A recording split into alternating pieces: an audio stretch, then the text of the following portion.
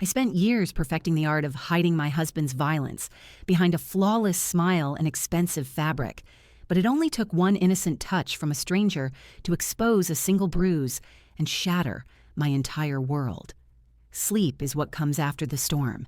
It's not a peaceful, restorative sleep. It's a heavy, leaden collapse, the body's final surrender, when the mind can no longer process the pain and the fear. My body knows the routine. When my husband, Mark, is done, when the torrent of his rage subsides, leaving behind the wreckage of broken picture frames and the quiet sobbing he never hears, my system shuts down. I don't remember crawling into bed last night. I just remember the cold of the bathroom tile against my cheek, the metallic taste in my mouth, and the echoing boom of his voice. Then, nothing, until the smell of pancakes. I opened my eyes, and for a split second, the morning sun streaming through the blinds felt gentle, hopeful. Then I moved. A sharp, searing pain shot through my ribs, a brutal reminder of the previous night. I took a slow, deliberate inventory. Left side of my ribs, a deep, angry purple, I was sure. My jaw ached with a dull throb, and when I cautiously touched my cheekbone, my fingers came back with the faint, sticky residue of dried blood from a small cut near my temple. A manageable harvest, I thought, with a grim sense of detachment. Nothing a bit of concealer and a carefully arranged hairstyle couldn't hide. The smell of buttermilk and melting butter grew stronger, accompanied by the cheerful clatter of a spatula against a pan. This was also part of the routine, the morning after penance.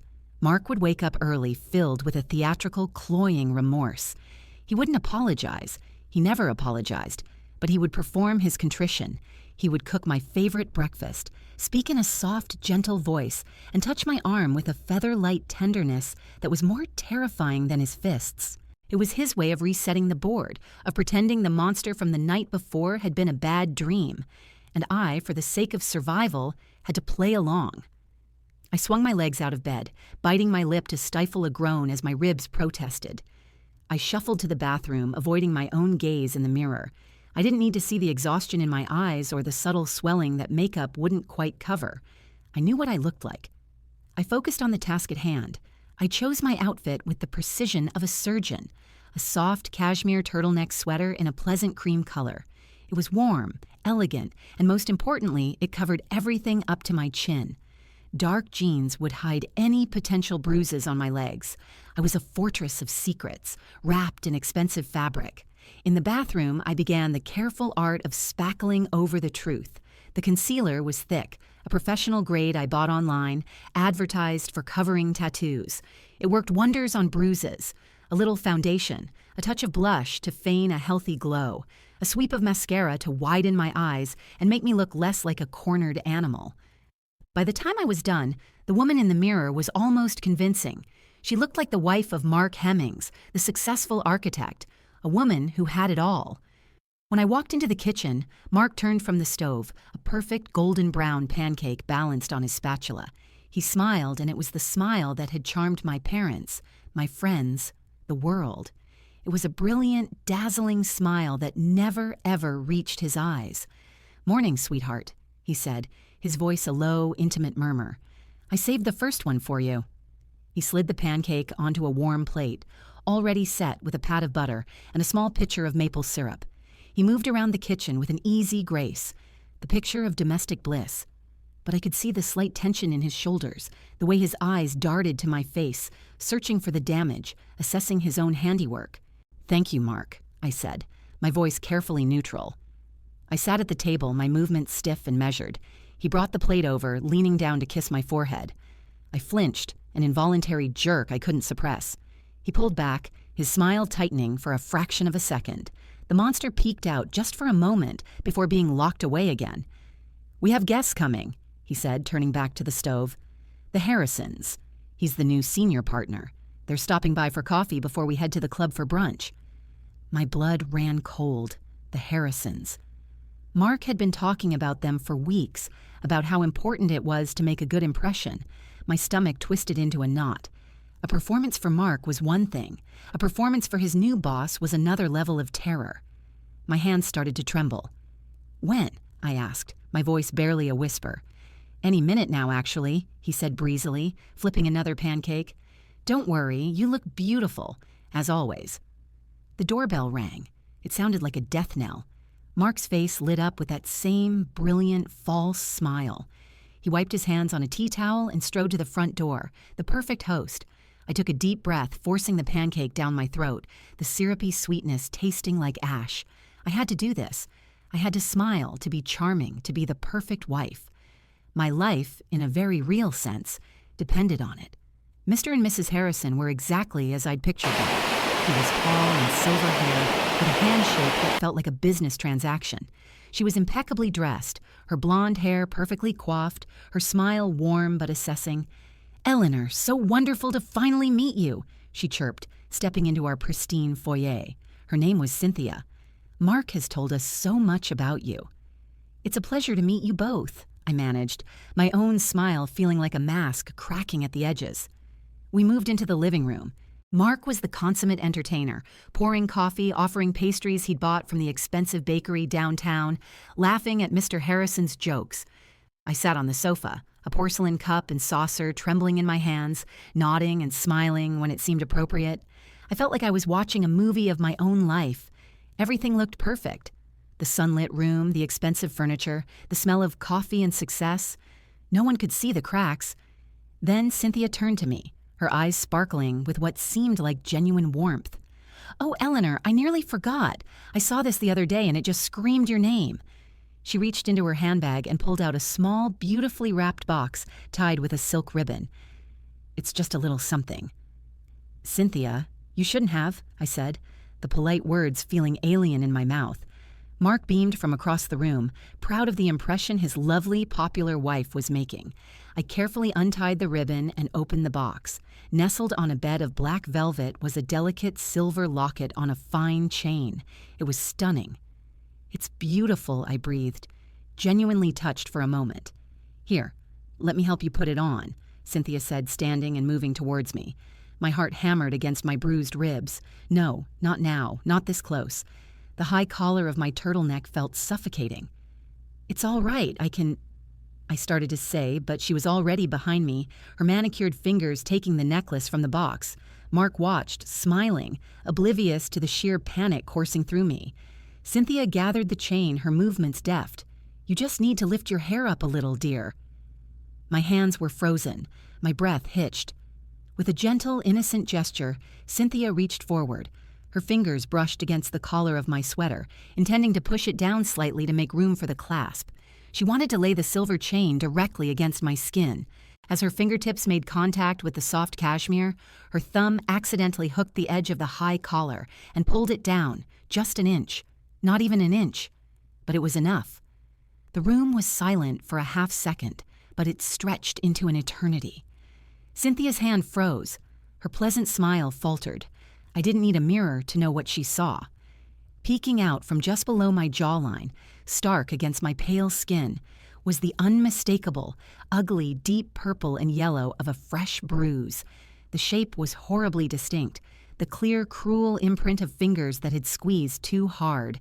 Cynthia snatched her hand back as if she'd touched a hot stove, her eyes wide with a sudden, horrified understanding. The locket clattered to the floor.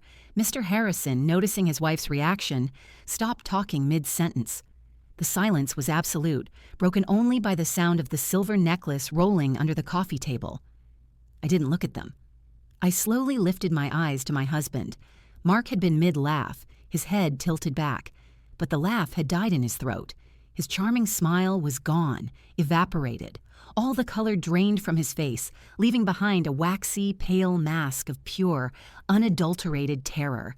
He looked from Cynthia's shocked face to the exposed mark on my neck, and in that moment he saw his entire perfectly constructed world shatter into a million pieces. Mark moved faster than I'd ever seen him move.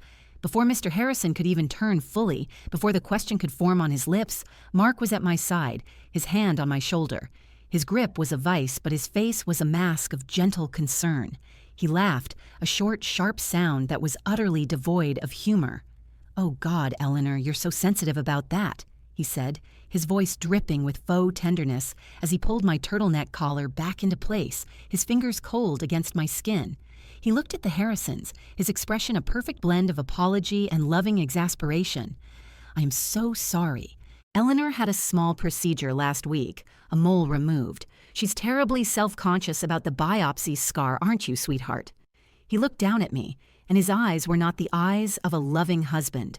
They were chips of ice, issuing a command: "Play along, or you will pay for this for the rest of your life." My throat was tight, my lungs burning for air. I felt the weight of all three of their stares. Cynthia, her face a mess of pity and dawning horror.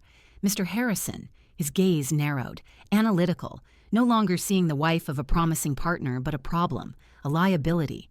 And Mark, his fingers digging into my shoulder blade, a silent threat of unimaginable pain.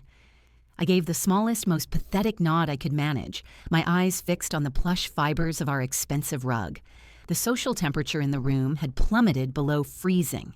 The cheerful morning chatter was gone, replaced by a thick, unbearable silence.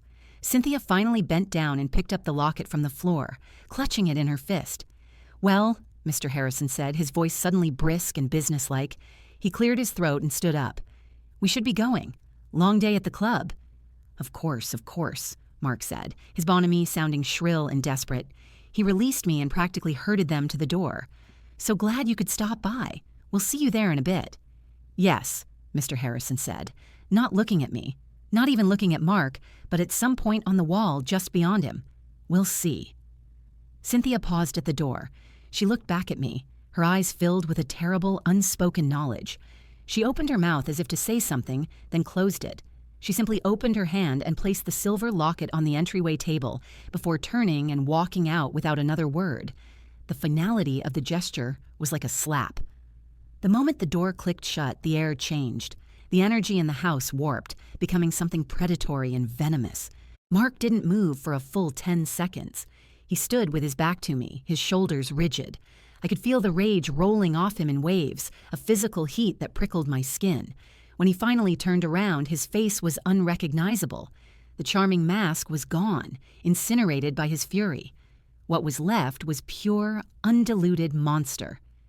"What did you do?" he whispered, his voice dangerously low. I didn't do anything," I stammered, backing away instinctively until my back hit the wall. "You didn't do anything?" He advanced on me, slow and deliberate, like a predator stalking cornered prey. "You just sat there. You let her touch you. You did this on purpose, didn't you? You wanted them to see. You wanted to ruin me." "No, Mark, I swear." He was in front of me now, his body caging me in. He braced his hands on the wall on either side of my head, his face inches from mine.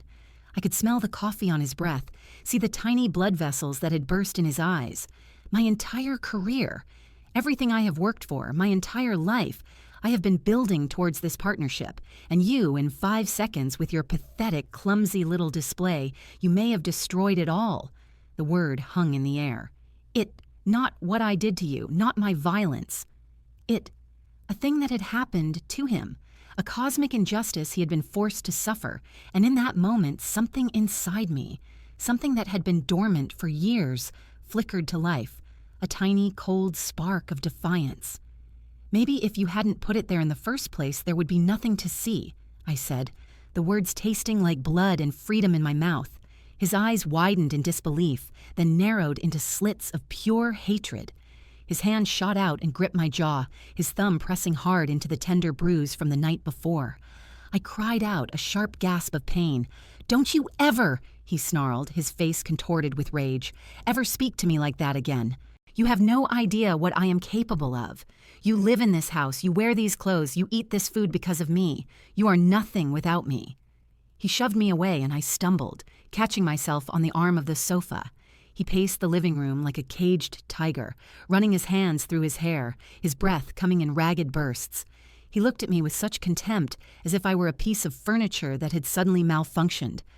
"I have to go," he finally said, his voice strained. "I have to go fix this. I have to try and salvage what you've broken." He grabbed his keys from the bowl by the door. "Don't leave this house. Don't talk to anyone. When I get back, we're going to have a very long conversation about your behavior." He slammed the door behind him, and the house fell into a profound, ringing silence. I stood there for a long time, my whole body trembling, the echo of his threats bouncing off the walls. But underneath the fear, that tiny spark was still there. He wasn't afraid of hurting me. He wasn't afraid of what he'd done. He was afraid of being exposed. He was afraid of losing his precious career, his perfect reputation. His power over me was built on a foundation of silence and secrecy, and today, for the first time, a crack had appeared in that foundation. My eyes fell on the entryway table. The silver locket lay there, gleaming in a stray sunbeam, a silent testament from the outside world, a world where a bruise was not a secret to be hidden, but a sign that something was terribly, terribly wrong. I walked over and picked it up. It felt cool and heavy in my palm. It felt like a choice. I could wait here for him to come back. I could endure the conversation he promised and the punishment that would surely follow. I could spackle over the new bruises, and we could continue this horrifying dance until the day he finally went too far, or I could do something else. His weakness was his reputation, his career, his perfect, curated life. I thought of his home office, the one room in the house that was sacred, the one place I was never, ever allowed to enter. The door was always locked. He said it was to protect his client's privacy, but I knew it was about control. Suddenly, I knew what I had to do. I walked to his office, my heart pounding a frantic rhythm against my ribs. I tried the handle, locked, as always, but I had watched him. I knew where he kept the spare key, tucked behind a loose spine of a Tolstoy novel on the bookshelf. My fingers closed around the small, cold piece of metal. This was it. This was the point of no return. With a trembling hand, I unlocked the door and stepped inside. The room was immaculate, sterile. Architectural models sat under glass cases. Rolled-up blueprints were neatly stacked in bins. The centerpiece was his sleek, expensive laptop, sitting closed on the polished oak desk. He had built this cage for me, but his entire world was inside this one small machine. I sat in his leather chair, the seat still warm from him. I opened the laptop. To my surprise, it wasn't password protected. Such arrogance. He never imagined I would dare. I didn't know what I was looking for. Financial records? Emails? Anything that could give me a weapon, a shield, some form of leverage. My eyes scanned the desktop, a dozen folders with names of clients and projects. Then I saw one folder, separate from the rest, tucked in the bottom right corner. Its name was simple: Contingency. My curiosity warred with my fear. I clicked it. Inside was a single subfolder labeled Hemmings Residence Revisions. I opened it. It contained a series of complex architectural blueprints, the same ones for our house. But these were different. They were covered in handwritten annotations in Mark's precise angular script. My eyes scanned the notes, trying to make sense of them. Reinforced steel door, soundproof. No external access. Remove windows. Then I scrolled to a detailed drawing of the basement, an area of the house that was just a damp, empty concrete space. On the blueprint, however, it was fully finished. But it wasn't a wine cellar or a gym. It was a single, small, windowless room. And next to it, Mark had written a series of notes, circling one in red ink. My blood turned to ice as I read the neat, clinical script. Phase 2. Installation, soundproof insulation, 8-inch solid core walls, interior-only deadbolt system. I stared at the screen, the words blurring and sharpening in waves. Interior-only deadbolt system. The phrase echoed in the silent room, a chilling whisper of intent. This wasn't a renovation plan. It was a blueprint for a prison cell, my prison cell. The pancakes I had forced down earlier churned in my stomach, threatening to come back up. The beatings, the verbal abuse, the isolation, that was just phase 1. I was living in phase 1, and he was already planning phase 2. A cold, methodical clarity washed over me, extinguishing the last embers of my fear and leaving behind something hard and sharp. He wasn't just going to hurt me anymore. He was going to make me disappear. The Harrisons, the bruise, my tiny act of defiance. It had all just accelerated his timeline. He would come back from the club, perhaps having smoothed things over, perhaps not. But either way, he would see me as a liability that needed to be permanently contained. The conversation he promised would be the last one I'd ever have in the light. My mind raced. How long did I have? An hour? 2? He'd try to schmooze his way back into Harrison's good graces, but he'd be anxious, paranoid. He'd come back sooner rather than later. I couldn't just run. He would find me. He had money, connections. He would paint me as hysterical, unstable. He'd shown me how easily he could lie, how convincingly he could twist reality to suit his narrative. A mole removal. The audacity of it was breathtaking. No, running wasn't enough. I had to dismantle his world as thoroughly as he had planned to dismantle mine. I clicked out of the blueprints, my hands moving with a newfound purpose. I needed proof, something undeniable, something that would shatter his perfect facade so completely that it could never be reassembled, his emails. I opened his mail client. It was a sea of professional correspondence, notes to contractors, messages from clients, boring, useless. Then I saw a folder labeled Personal. My heart hammered against my ribs. This was it. I clicked it open. It was mostly junk, online shopping receipts, newsletters.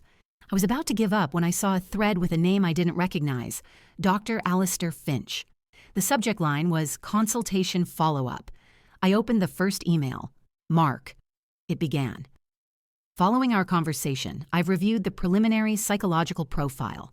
The subject exhibits classic signs of learned helplessness, trauma bonding, and a diminished sense of self-worth, all consistent with long-term spousal abuse. She is, as you suspected, highly conditioned and unlikely to seek external help or act against her own established patterns of behavior. She is, for all intents and purposes, a perfect candidate for your project. I had to read it 3 times before the words fully registered.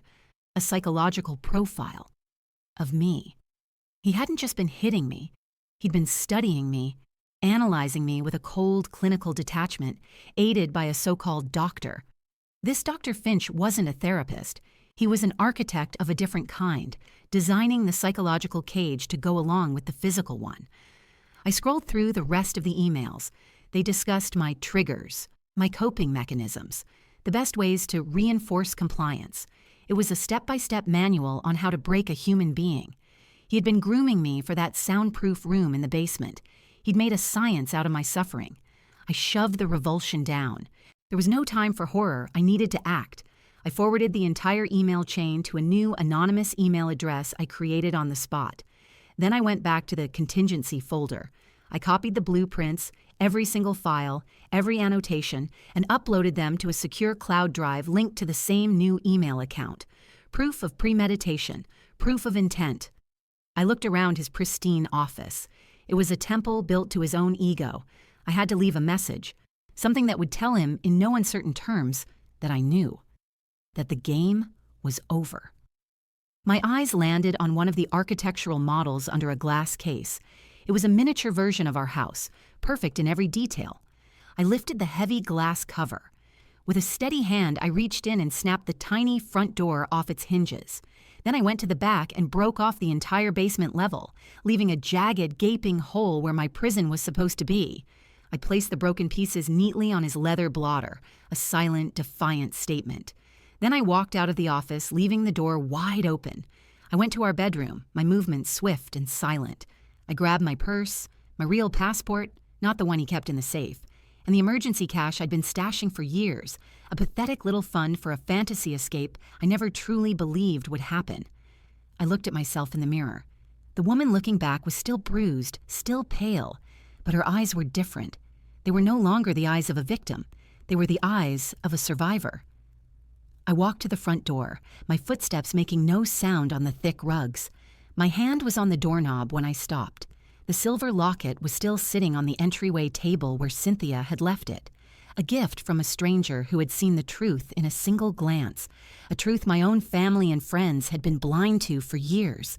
I picked it up, its weight a comforting anchor in my hand, and slipped it into my pocket. I opened the door and stepped out into the bright sunlight. I didn't look back.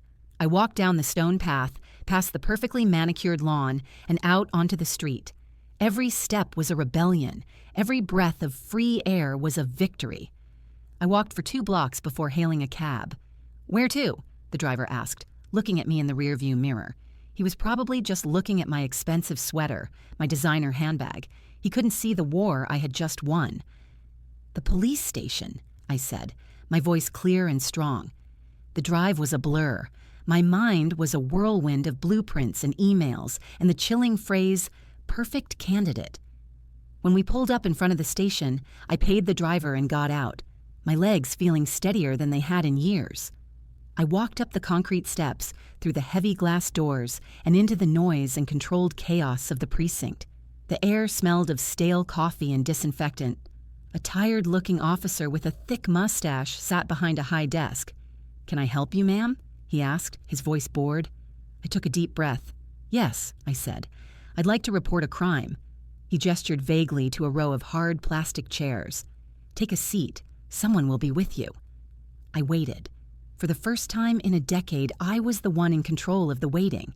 It wasn't the anxious, fearful waiting for his key in the lock, for the sound of his footsteps, for the inevitable storm.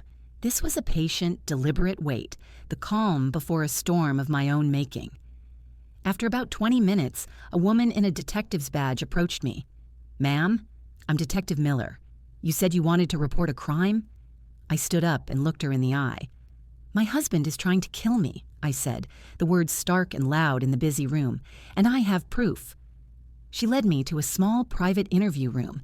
I sat down and calmly, precisely, I told her everything. I told her about the beatings, the control, the morning after pancakes.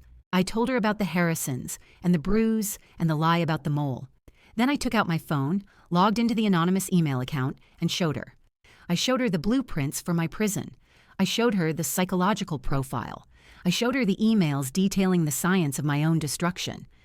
Detective Miller's expression shifted from professional skepticism to a grim, focused intensity. She read every word, her jaw tightening. She called in another officer, a tech specialist, to officially download and verify the evidence. They were taking me seriously. It was working. A profound sense of relief washed over me, so powerful it almost brought me to my knees. An hour passed. The tech expert confirmed the files were authentic and time-stamped. Detective Miller looked at me, her eyes full of a steely resolve. "Mrs. Hemmings," she said, her voice firm, "we have more than enough here. We're going to pick him up." She explained the process. They'd likely catch him at the country club, try to bring him in quietly to avoid a scene. They offered me a place at a shelter, but I refused. I wasn't going to hide. Not anymore. I asked if I could wait there, at the station. She agreed and found me a quiet office to sit in. I sat by the window, watching the city go by, feeling a strange sense of detachment. It was happening. The machine of justice was slowly grinding into motion, all because of one exposed bruise and a folder named Contingency. Another hour crawled by. My phone, which had been silent, suddenly buzzed. It was a text from a number I didn't recognize. My hands trembled as I opened it. There were no words. It was just a picture. A picture of my parents' house, the cozy suburban home where I grew up. My elderly mother was visible through the living room window, watering her plants, completely oblivious. Beneath the picture was a single line of text. "You have no idea what I'm capable of. Come home now. Let's have that conversation." The air rushed out of my lungs, leaving a hollow, freezing void. He knew. He knew I'd gone to the police, the country club, the brunch with the Harrisons. It was a misdirection. While I was sitting here, feeling safe for the first time in years, he had been 1, 2, 10 steps ahead. The photo of my mother, so blissfully unaware, wasn't just a threat.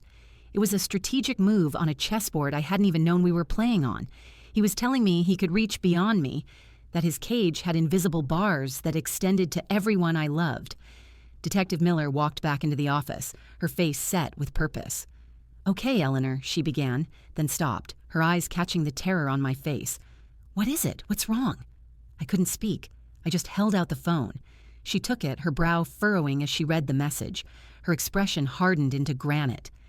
"He's not at the club," she said, her voice a low growl. She was already speaking into her radio, her words clipped and urgent. "Change of plans. Suspect is not at the secondary location. He's made contact with the victim, issued a threat against her family. Possible hostile situation at..." She looked at me for the address and I rattled it off, my voice shaking. The calm, methodical process I had put my faith in evaporated, replaced by a frantic, heart-pounding urgency. Mark wasn't just a domestic abuser anymore. He was a cornered animal, and he had just taken a hostage. We can't just go in there, I choked out, the image of my mother's trusting face flashing in my mind. He'll hurt them. He said he would. He's trying to get you back to the house, Miller said, her focus absolute. He's using them to control you, just like he always has. We are not going to let that happen. She looked at me, a calculated intensity in her eyes. I need you to be strong for a few more minutes. Can you do that? I nodded, a jerky, uncertain movement. I need you to call him. My blood ran cold. What? We're going to give him what he wants. We're going to make him think you're coming home. We need him to believe he's won, that his control is still absolute. We need to keep him on the line, and we need to keep him in that house.